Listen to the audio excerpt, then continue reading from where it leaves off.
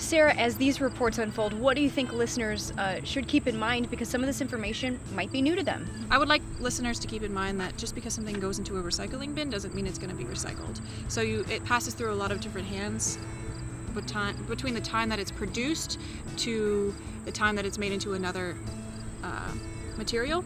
And just because something goes into this path of being recycled doesn't mean it's going to end up at the path of made into a new thing. So a common symbol that we're used to looking for is that triangle-shaped symbol with the arrows on it. That comes on plastic products, milk jugs, whatever it is you're going to buy. That symbol doesn't necessarily mean that it's recyclable. That symbol is just the manufacturer's way of telling you what kind of resin it's made of, what kind of plastic resin.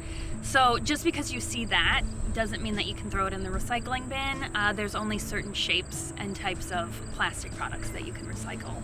Sarah, was there a common misconception that you found in your reporting that people might have about, they're thinking maybe they're doing a really good job reducing their waste, but they're not making quite the impact they think they are?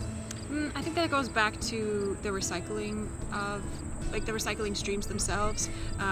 One thing that markets all across America are dealing with right now is that international buyers aren't taking recycling anymore, and so there's recycling being piled up in places. Even if people make these right choices, they're not actually going to get to any kind of buyers.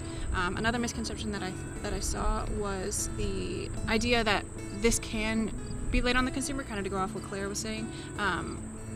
Zero waste choices, I think, are in part meant to influence the producer themselves, but sometimes conversations only lay on the consumer, so like use less, buy less, that type of thing. But those are meant to influence the people who make them to make less or to make them smarter, make them better for the environment.